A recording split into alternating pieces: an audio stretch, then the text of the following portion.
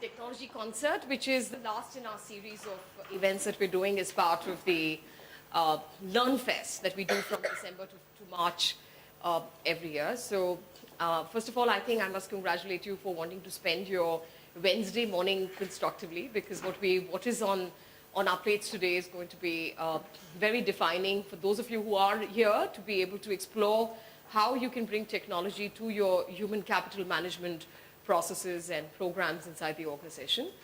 And for those of you who already are on that boat and have a bit of a mixed up plan in terms of what operates where and so on, this will probably give you a business case and some ideas for integration.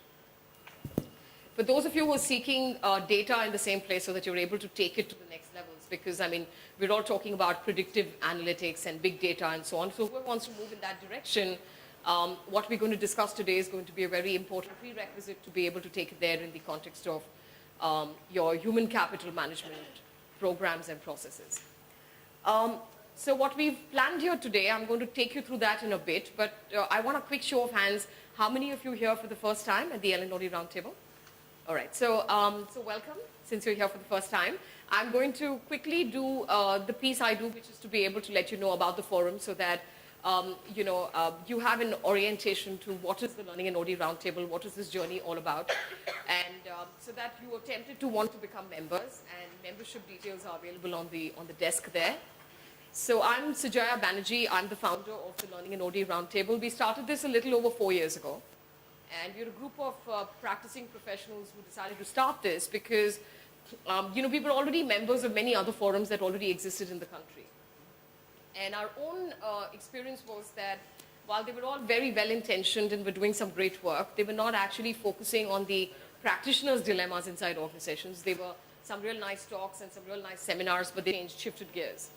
And the expectations from these functions are more transformational as compared to the kind of transactional exposures that the organization were placing on the plates of HR professionals. And this is not true only for HR, it's true for across the board, because if you look at the India growth story in the last over 2 decades, you've had the economy growing and that growth racing ahead of human capital development.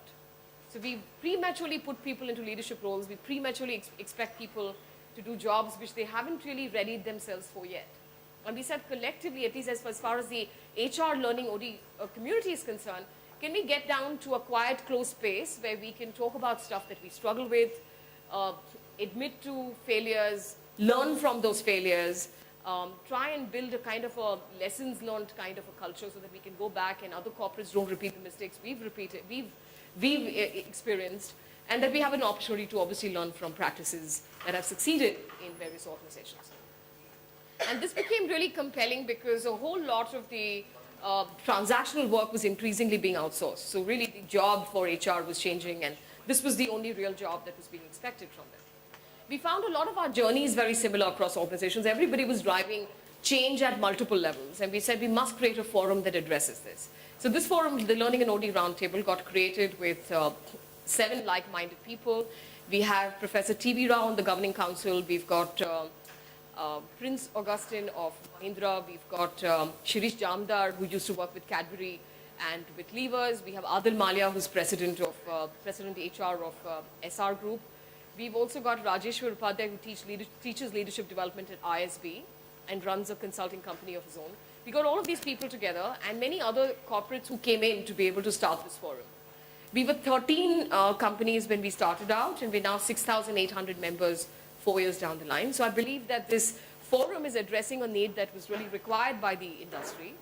So the membership fees are very, very basic. They're just meant to actually cover some administrative costs of being able to come together. We have an interesting website which you can access for more information. We conduct masterclasses, debates. We have 7 speakers, 17 minutes each kind of formats, which allow members to be able to learn and discuss and reflect and share. And we meet once a month in Mumbai. We also have chapters in Pune and in Delhi. So if you have colleagues who are in other parts of the country, they can join up there. I can promise you it's great value for money because you get to attend 12 master classes and 6 webinars per year, which is 18 interventions for learning through the year. And you're practically paying something in the range of about 35,000 rupees for 10 members. So if you have as many as 10 members from your organization attending, it's about 3,500 rupees per year to be able to attend 18 events through the year. So it's very nominal, and I recommend very strongly that you join as members so that you're kept appraised of what is happening.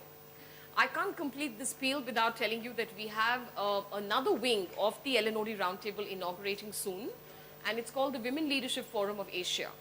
The Women Leadership Forum of Asia inaugurates on the 10th of April, so I'm going to request you all to please diarize. This forum is differentiated, like the LNOD Roundtable, to be able to focus on capability building, influencing of mental models for women, preparing them to really and truly become ready to handle leadership roles inside organizations. We want to be able to address various real issues that women experience at work. We want to be able to work around influencing regulation for women. We want to become a voice to be able to influence the law.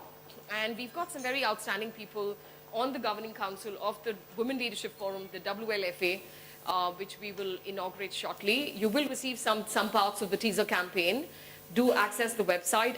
I'm looking forward to HR heads of diversity and inclusion, and women to become members of this forum in large numbers and to avail of the opportunities that this forum offers.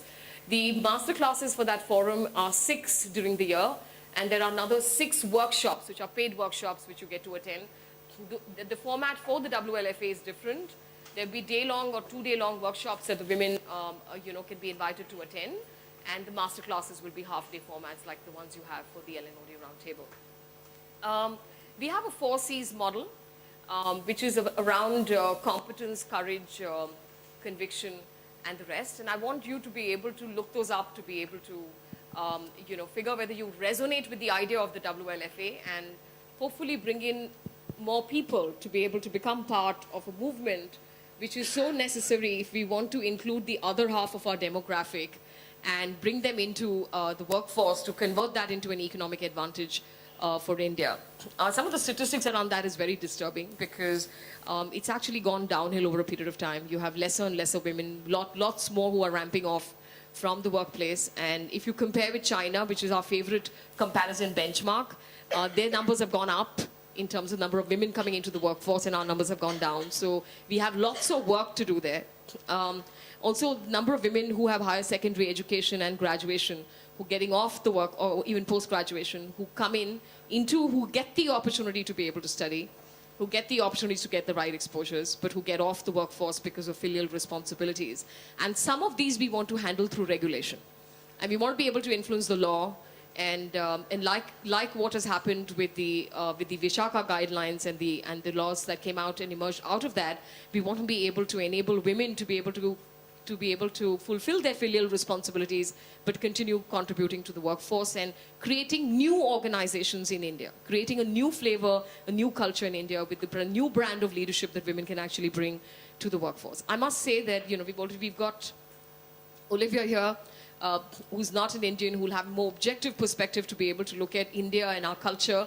And I must say that for a lot of people who come in from the developed world, it's very disturbing to be able to see the kind of inequalities that exist in terms of payment scales, the inequalities exist in terms of opportunities, and more importantly, the fact that a lot of women who have the opportunities don't know how to leverage those opportunities well for themselves. So we're here to be able to support that.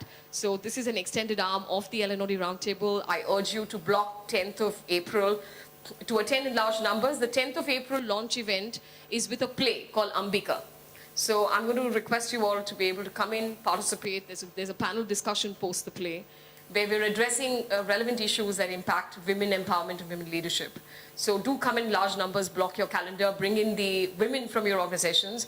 And this time around, this forum is not restricted to HR learning OD professionals. You can open this up to any woman, even if you're a consultant in the audience, the organizations that you're consulting, you can actually get women across the board, across functions, to be able to come and become members of the Women Leadership Forum of Asia. We have a last announcement. We have a study that has been announced, which is our study for